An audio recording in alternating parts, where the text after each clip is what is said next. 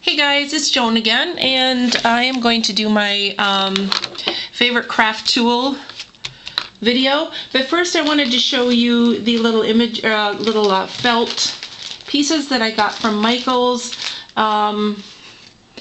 These are the black hat and the plain pumpkins, not the jack-o'-lanterns, and there are 15 pieces in here.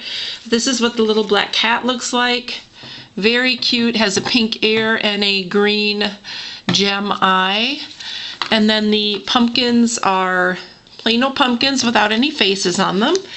And then the other package, you've seen the ghosts and, well, you've seen all of these, I guess. But the ghost, the jack-o'-lantern, and the bats. And this one has 16 pieces, so, and he is glow in the dark. So I just wanted to make mention of that so I could show you guys what those look like. And those were, in my Michael's, kind of in an additional little section that they put in one of the main aisles. So I don't know if yours has it or where they are, but anyway. This is one of my favorites, my little craft mat. As you can see, it's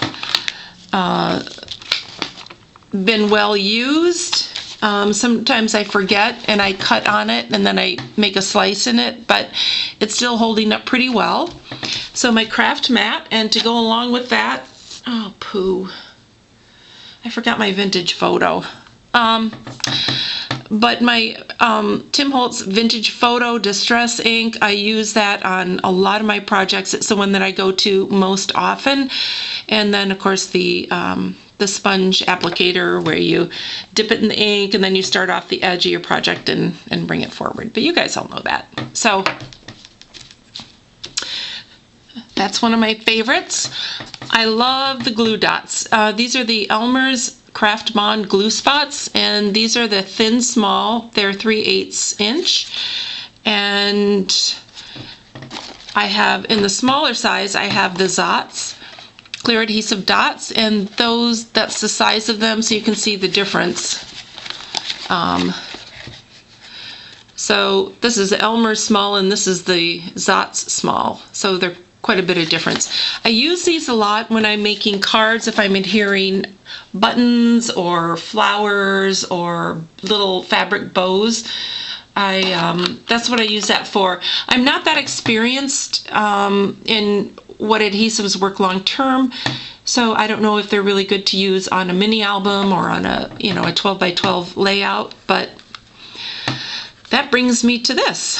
I love my Elmer's tape runner. I get this at Walmart, or I got it at Walmart, and I buy the refills there too. A lot of times the refills are out, so when they do have them, I'll just pick up a couple packages. There are 2 refills in each one. This happens to be the dot runner, but you can get either the tape or the dot, and I like them both. It works easy to load, it doesn't jam up, and I seriously am considering selling my my ATG gun. I never use it. I find it heavy, cumbersome. It hurts my hand after a while, and I find it difficult to load, and the tape gets all jammed up on me, so I never use it.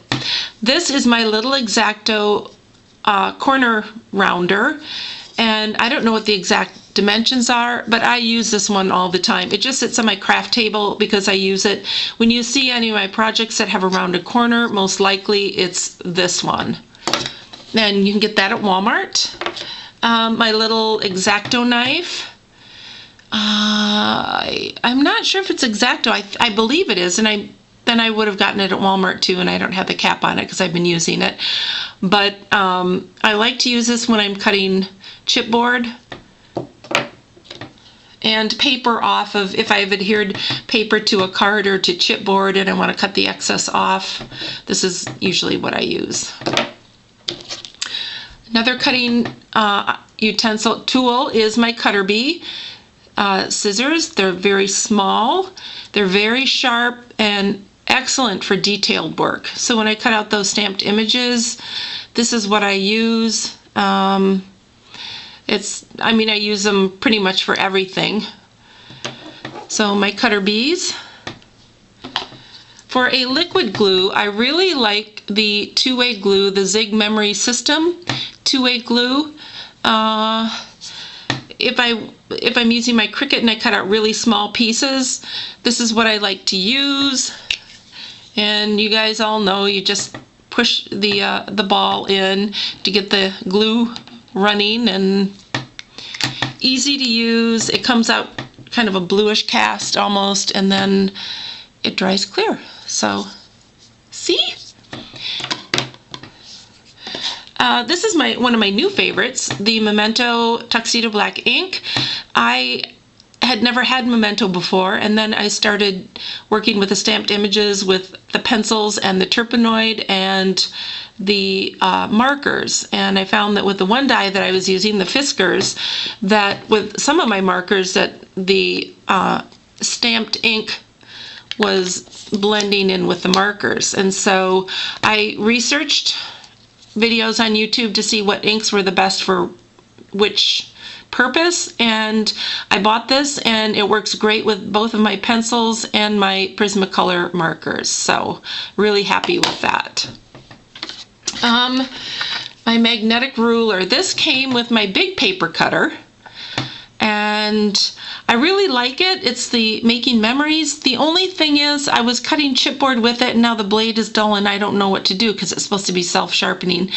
So if anyone has any ideas, I mean, should I be cutting aluminum foil? Will that sharpen it the way they say that will sharpen your punches? If anyone knows, please let me know. And that brings me to my little paper cutter, and the X-Acto, and I got this at Walmart, and it measures 6 by 9 inches, I think. So it's a smaller paper cutter. It works really well. It's really handy to have right on my table, because then I don't have to get up and move. I can just pull this over. For most of my projects, it works really well. This lifts up, and I guess this lifts up for some reason, although I don't know why. But I really like I suppose I should investigate that. Why does that lift up? I don't know. But I really like my little X-Acto paper cutter, and I got this at Walmart also. My Iditarod 2003 Iditarod mouse pad. I was having problems inking with my stamped images, and so I was using a phone book, which was working fine, but then I got a few people who suggested that I use a mouse pad, and it works beautifully. So this is now my official stamping mouse pad. Yeah, and that was a 2003 logo. Pretty cool, huh?